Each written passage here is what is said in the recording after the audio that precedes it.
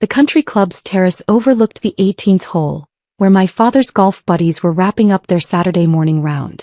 I'd been invited to this family brunch with the explicit understanding that I was there to meet potential connections, people who might help advance my stalled career, as my mother delicately put it.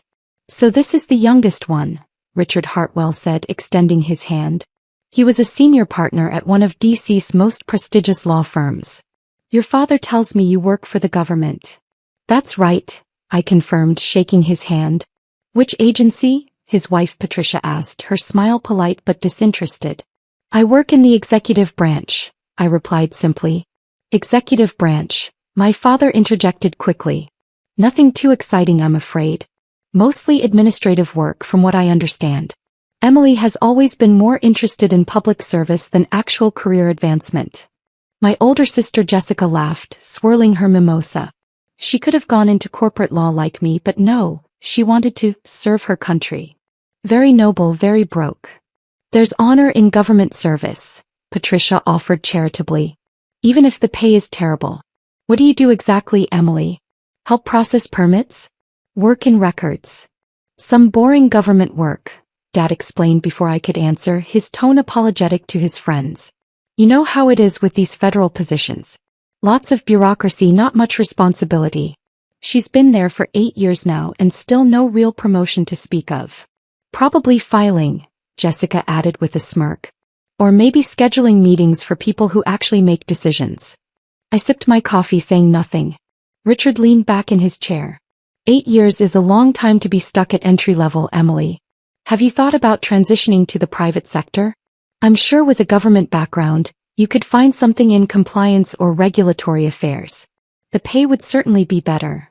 "I'm comfortable where I am," I said. My mother sighed heavily. "That's Emily's problem. She's always comfortable. No ambition to climb higher. Her brother David is a lead surgeon at Johns Hopkins. Jessica here just made junior partner at her firm, and Emily, well, she's content with her government job." "Which department are you in exactly?" Patricia pressed, clearly trying to find something positive to say about my career. "I work closely with several departments," I replied. "Cross-functional collaboration." "Ah," Richard said knowingly. "Administrative coordination. Someone has to keep the bureaucracy running, I suppose." "Exactly," Dad agreed eagerly. "Emily's always been good at organization and detail work. Just not particularly ambitious about advancement." Jessica leaned toward Patricia conspiratorially. She could have clerked for a Supreme Court justice with her credentials. Yale Law, top of her class, law review. Instead, she took some entry-level government position and has been there ever since. We've tried to convince her to do something more with her life, but... She shrugged helplessly. "I'm doing exactly what I want to do," I said calmly. "But for how long?" Mom asked, her voice tinged with frustration. "You're 36, Emily. When are you going to start building real wealth? Real influence? You can't live on a GS-12 salary forever." "GS-12? Richard raised his eyebrows. "After 8 years? Emily, I don't mean to be harsh, but that's concerning. Most people are GS-14 or 15 by that point if they have any real trajectory." "Government careers move slowly," Patricia said kindly. "I'm sure Emily has good job security at least." "Job security without advancement is just another word for stagnation," my father declared. "That's what I keep telling her. Security doesn't build dynasties. Take Richard here. Senior partner by 40. That's ambition. That's drive." Richard nodded modestly. "The private sector rewards merit. Government work, well, it's very egalitarian. Everyone moves at the same pace regardless of talent." "Exactly," Jessica exclaimed. "Emily has all this talent, all this education, and she's wasting it pushing papers in some windowless office in DC. It's tragic." "I have a window," I mentioned. "Oh, a window," Mom repeated sarcastically. "Well, that certainly makes up for 8 years of career stagnation." The waiter arrived with our food, eggs Benedict, smoked salmon, fresh fruit. The conversation paused briefly. "So what does a typical day look like for you?" Patricia asked, clearly still trying to be polite. "What kind of tasks do you handle?" "I review briefings, attend meetings, coordinate with various stakeholders, advise on policy matters," I said. "Policy matters," Dad scoffed gently. Emily, you're not a policymaker. You support policymakers. There's a difference. She probably means she delivers policy briefings to her superiors, Richard suggested. That's good experience actually. Shows attention to detail. If you ever want to interview at my firm, Emily, I'd be happy to put in a word. We're always looking for people with government experience to help us navigate regulations. That's very generous, I said. But I'm happy where I am. Jessica shook her head in disbelief. You keep saying that. Happy. But Emily, you could be making $300,000 a year in private practice. Instead you're making what, 70? 80? Something in that range, I said vaguely. See? That's the problem, Mom interjected. You're not even sure what you make. You're not thinking about money at all. Meanwhile, your sister is buying investment properties, your brother just bought a vacation home in the Hamptons, and you're living in that tiny apartment in Arlington. It's a nice apartment, I defended mildly. It's 700 square feet, Jessica countered. Emily, I'm saying this because I care. You're wasting your potential. You were brilliant in law school. Everyone expected great things from you. And now you're just maintaining. Not growing, not advancing, just existing in some mid-level government position that nobody's even heard of. Richard's phone buzzed. He glanced at it and his expression brightened. Speaking of government positions, I just got confirmation. We're meeting with the Deputy Secretary of State next week about the trade agreement negotiations. Finally got through the bureaucratic red tape. Impressive, Dad said admiringly. That's the level Emily should be aspiring to reach. Deputy Secretary, cabinet-level positions. Real power. Those positions are political appointments, Patricia noted. You need connections for that level. No offense, Emily, but I doubt you've built that kind of network doing administrative work. You never know, I said. Jessica laughed. Emily, be realistic. You'd need to know senators, congresspeople, maybe even the president's inner circle to get anywhere near that level. You've spent 8 years filing papers and attending meetings. That doesn't build the kind of relationships that lead to real power. My phone vibrated in my purse. I glanced at it discreetly under the table. Secure line, White House Situation Room. I set the phone face down beside my plate. More government busy work? Dad asked, noticing. Can't even enjoy a Saturday brunch without them calling. It's the nature of government work, Richard said sympathetically. They don't respect boundaries because they know you have nowhere better to go. In private practice, clients respect your time because you're billing $500 an hour. Emily doesn't bill anything, Jessica pointed out. She just does whatever her supervisor tells her to do. That's what happens when you don't have real leverage. My phone buzzed again. Then again. Emily, please, Mom said. Turn that off or step away and deal with it. This is family time. I picked up my phone. 3 messages, all marked urgent. James Morrison, Chief of Staff. Emily, we have a situation. Ukraine intelligence intercept. Need your assessment immediately. General Patricia Collins, Joint Chiefs Advisor, we have confirmation of troop movements near the border. NSC meeting convening in 30 minutes. Your presence required. Director Sarah Zhang. Say, Emily, this can't wait. We need you in the Situation Room now. I'm sorry, I said, standing.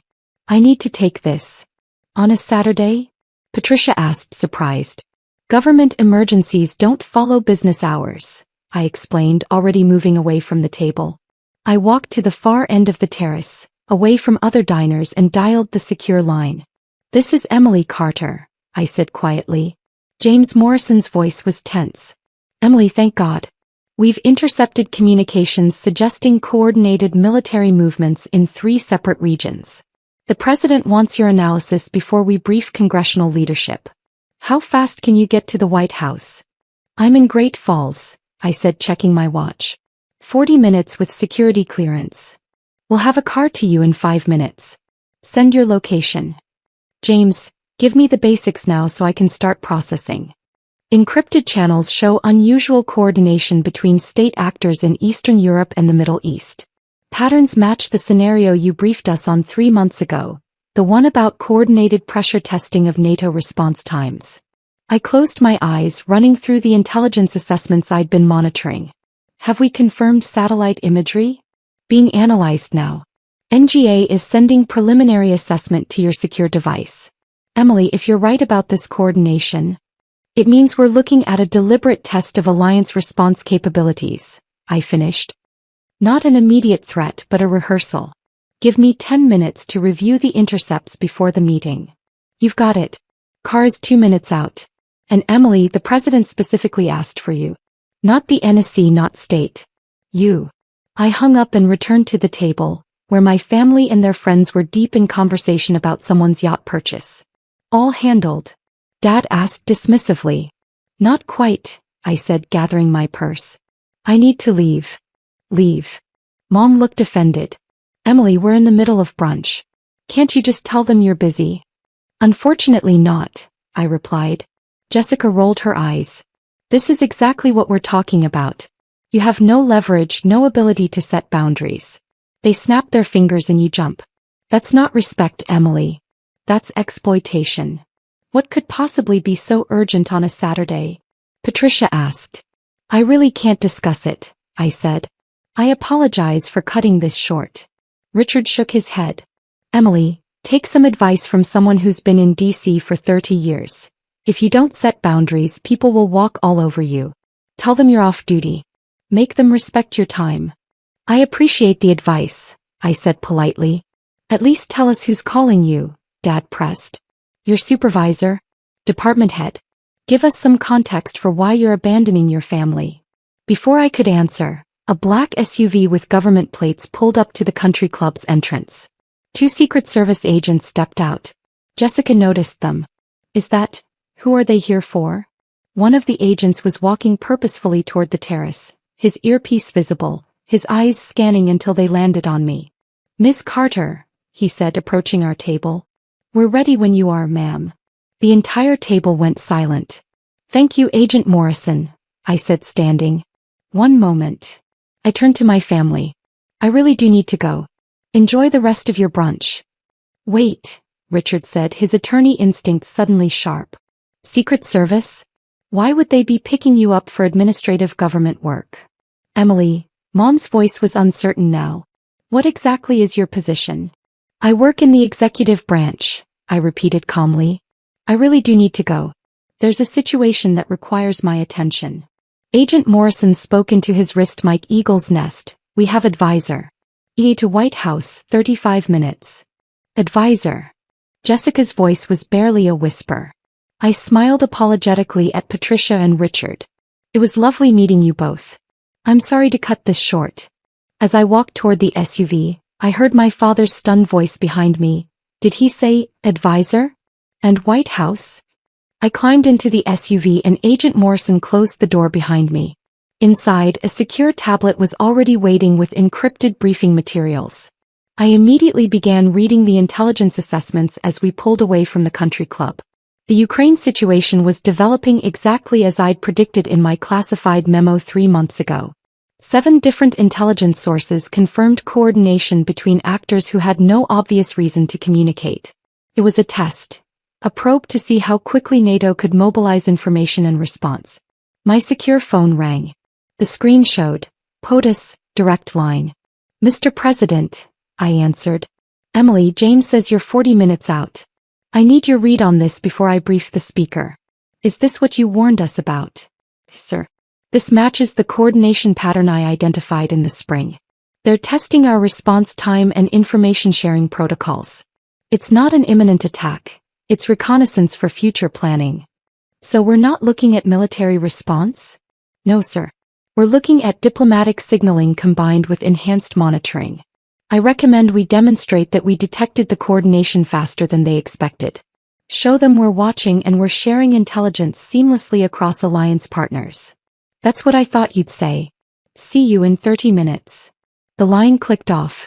Meanwhile, back at the country club, I would later learn that my phone, the one I'd left on the table in my haste, had started buzzing with notifications. My sister Jessica, shocked and confused, had watched as the screen lit up with messages. Secretary of State. Emily, confirming you'll brief us after POTUS meeting? National Security Advisor. Your assessment was correct. They're testing us. Director of National Intelligence. Need your analysis for congressional briefing. Oh my God, Jessica had whispered, reading the notifications. Mom, look at her phone. My mother had picked it up with trembling hands, seeing message after message from cabinet members, military leaders, intelligence directors. This isn't possible, Dad had said. Those can't be real. Richard, the attorney, had been more practical. Those are official government numbers. I recognize several of them from cases I've worked on. Those are real. The phone had rung then, the caller ID showing Chief Justice Martinez. No one had answered it. Patricia had been scrolling on her own phone, her face growing paler. There's an Emily Carter listed on the White House website. Deputy National Security Advisor. Confirmed by Senate 8 years ago. Former Yale Law, former clerk for Justice Roberts, former DOJ National Security Division. She'd looked up. There's a photo. It's her. The silence at that table had been absolute. Deputy National Security Advisor, Richard had repeated slowly. That's not filing papers. That's one of the most powerful positions in the entire federal government. Jessica had been reading the same information, her hands shaking. It says she advises the president directly on all national security matters. She has higher clearance than most cabinet members. She coordinates intelligence across all agencies. Her voice had broken. She's one of the most influential people in Washington. But she said she does administrative work. Mom had protested weakly. She administers national security policy for the entire United States, Patricia had corrected, still reading. Says here she was instrumental in the Middle East peace framework 2 years ago. And the cybersecurity treaty with NATO allies. And the trade negotiations with Southeast Asia. Her work is classified, but the results have reshaped U.S. foreign policy. Dad had picked up his phone with shaking hands and Googled my name. The results had painted a picture none of them had bothered to see before. Washington Post, the most powerful person you've never heard of, inside Emily Carter's influence on U.S. security policy, he'd read aloud. Foreign Affairs Journal, Deputy Advisor Carter's strategic vision redefines modern diplomacy. The Economist, how one woman changed the way America thinks about global security. We called her a file clerk, Jessica had whispered. We told her to interview at law firms for compliance positions. Richard had been reading his own phone, his expression mortified. She doesn't need to interview anywhere. According to this, she's been offered positions at every major think tank, law firm, and consulting group in Washington. Harvard offered her a full professorship. The Council on Foreign Relations wanted her as president. She turned them all down to stay in government service. Her salary, Mom had said faintly. We said she makes 70 or 80,000. Deputy National Security Advisors make the executive level 2 salary, Richard had informed them. That's $203,700 annually. Plus she likely has outside income from publishing and speaking engagements. She's probably making close to $300,000 a year, not counting the value of her security clearance and access. And we patronized her, Jessica had said, tears starting to form. For 8 years, we've treated her like she was failing at life. Patricia had found a video clip from a foreign policy conference. Look at this. She's on a panel with former secretaries of state, ambassadors, and policy experts. They're all deferring to her analysis. The moderator calls her the most brilliant strategic mind of her generation. My father had watched the video, seeing me articulate complex geopolitical strategy with the kind of authority that made experienced diplomats nod in agreement. His face had crumbled. She tried to tell us, he'd said hoarsely. She said she worked in the executive branch, coordinating policy, advising on strategic matters. We didn't listen. We didn't ask. We assumed. The phone on the table had buzzed again. Another message, this one visible on the lock screen. James Morrison, Chief of Staff. Emily, President wants your Ukraine brief to include historical context. He trusts your judgment over anyone else's. The President trusts her judgment over anyone else's, Mom had read aloud, her voice breaking. The President of the United States. Back in the SUV, I was finishing my analysis of the intelligence reports when we pulled up to the White House.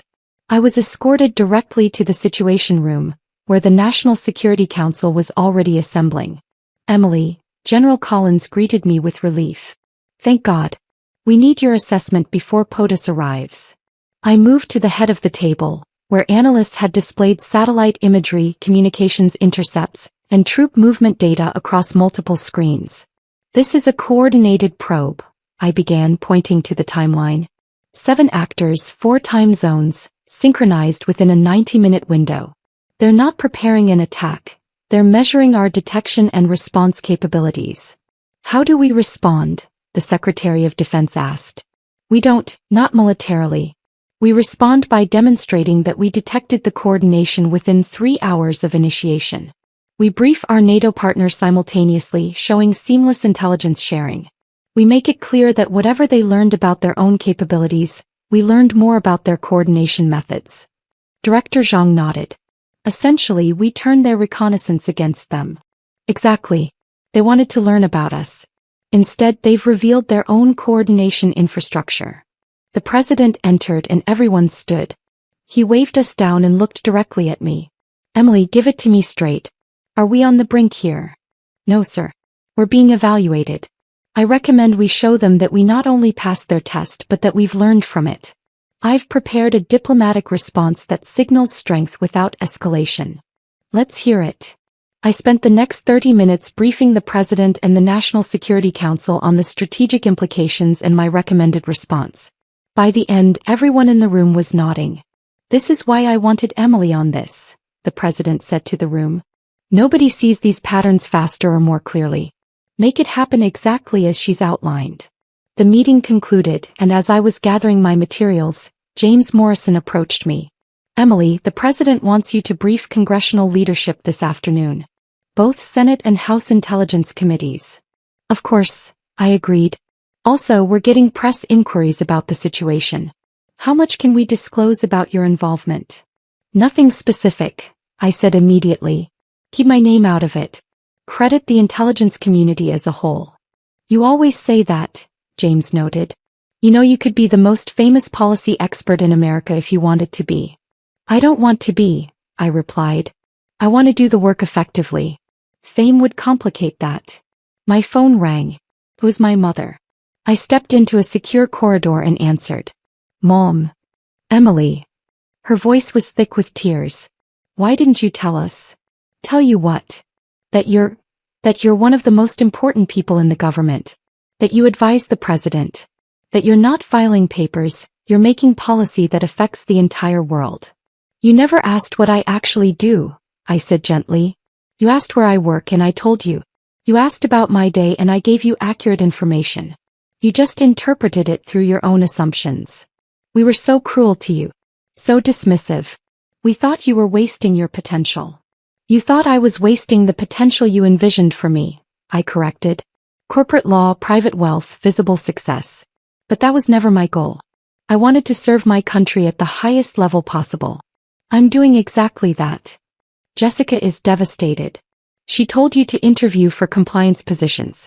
She compared you to her own junior associates. Jessica measures success by partnership tracks and corner offices. I measure it by impact. We have different values. Your father. Emily, he told his friends you were doing boring administrative work. He apologized for your career. He apologized for a career he didn't understand and didn't bother to learn about. That tells me about his values, not mine. There was a long pause. Can you forgive us? There's nothing to forgive, Mom. You revealed what you truly value: status, wealth, recognition. I value service, impact, and effectiveness. We're just different people. But we're family. Yes, I agreed. And I'll still come to family events. I'll still answer when you call. But I won't pretend that the last 8 years of dismissal didn't show me exactly how conditional your respect is. Emily, please. I have to go, Mom. I'm briefing congressional leadership in 2 hours and I need to prepare. I'll call you next week. I hung up and returned to my office, a large window-lined space with a view of the Washington Monument. My assistant was waiting with additional briefing materials. Ms. Carter, the Senate Intelligence Committee Chair, wants to discuss your analysis before the formal briefing. Set it up for 1 hour from now, I instructed. As I reviewed the materials, my phone buzzed with a text from Jessica. Emily, I'm so sorry. I had no idea. Can we talk? I typed back. I'm glad you know now. But knowing my position doesn't change who I am. I'm the same person I was this morning. The only thing that's changed is your perception. Her response came immediately. That's not fair. We would have treated you differently if we'd known. I replied, exactly. And that's the problem. I set my phone aside and focused on preparing for the congressional briefing. This was what mattered. Ensuring that our nation's leadership understood the strategic implications of the morning's intelligence and could make informed decisions about our response. My family's belated recognition of my position was irrelevant to the work. Later that evening, after briefing both intelligence committees and coordinating with our NATO partners, I returned to my tiny apartment in Arlington. It was indeed 700 square feet. It was also 2 blocks from the Pentagon, had state-of-the-art security, and was exactly what I needed. I made myself dinner, pasta with vegetables, and settled in to read the latest intelligence assessments from East Asia. My phone buzzed. A text from my brother David, the Johns Hopkins surgeon. Emily, I just heard from Mom. I had no idea about your position. I'm in awe. Can we talk soon? I smiled slightly and typed back. I've been in this position for 8 years, David. I'm the same person I was yesterday. The only difference is that now you know what I actually do. His response, I feel terrible. We all do. Don't I wrote. You showed me who you are when you thought I had no power. That was valuable information. Now you're showing me who you are when you know I do. That's valuable too. I set the phone down and returned to my briefing materials. The next morning, I received an email from Richard Hartwell, my father's golf buddy. Ms. Carter, I wanted to apologize for my comments yesterday. I had no idea I was offering career advice to someone who's achieved more in government service than I ever will in private practice. If there's ever anything I can do to support your important work, please don't hesitate to reach out. Richard. I replied, Richard, thank you for the kind words. No apology necessary. Your advice was sound for someone pursuing private practice. I simply chose a different path. Regards, Emily.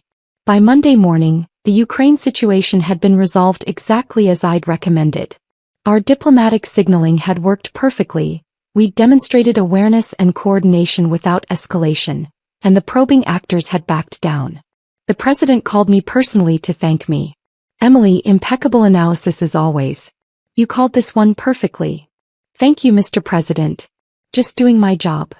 One of these days you're going to let me put you forward for National Security Advisor. You're already doing the job. I'm comfortable where I am, sir. Being one step removed from the spotlight lets me work more effectively. He laughed. That's what you always say. All right, keep doing what you're doing. The country's safer because of you. That afternoon my mother called again. Emily, I wanted to let you know that we're having a family dinner next month. Your father and I would very much like you to attend. We want to do better. To really listen to you. I'll be there if I can, Mom, I said. But my schedule is unpredictable. If there's a crisis, I'll need to cancel.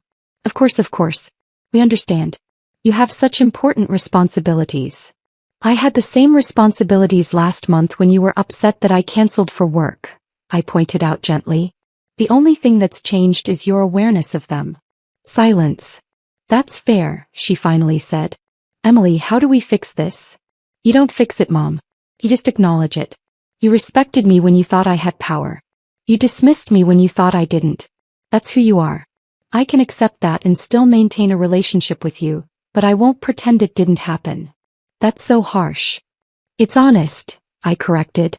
And I've learned that honest relationships, even uncomfortable ones, are better than relationships built on false pretenses. After we hung up, I sat at my desk and looked out at the Washington Monument, thinking about perception and value. My family had spent 8 years believing I was a low-level bureaucrat because I didn't perform success in ways they recognized. They measured impact by salary figures, job titles, and visible prestige. I measured impact by prevented conflicts, successful negotiations, and strategic frameworks that kept people safe. Neither measurement was wrong, they were just different. But their treatment of me when they thought I had no power had revealed something important. Their respect was transactional, conditional on status rather than character. Now they knew my status and they were desperate to repair the relationship. But I didn't need their respect anymore. I'd never needed it. I had the president's trust, the confidence of the Joint Chiefs, the respect of intelligence directors and foreign diplomats. I had prevented wars, brokered peace, and shaped policy that affected millions of lives. My family's opinion of my success had never been relevant to my actual success. And recognizing that was its own kind of liberation. I turned back to my computer where a new intelligence brief was waiting for my analysis. There was work to do. Important work that would never make headlines, that my family would never fully understand, but that mattered more than their belated approval ever could. I was Emily Carter, Deputy National Security Advisor to the President of the United States. And I had been all along. Whether my family knew it or not.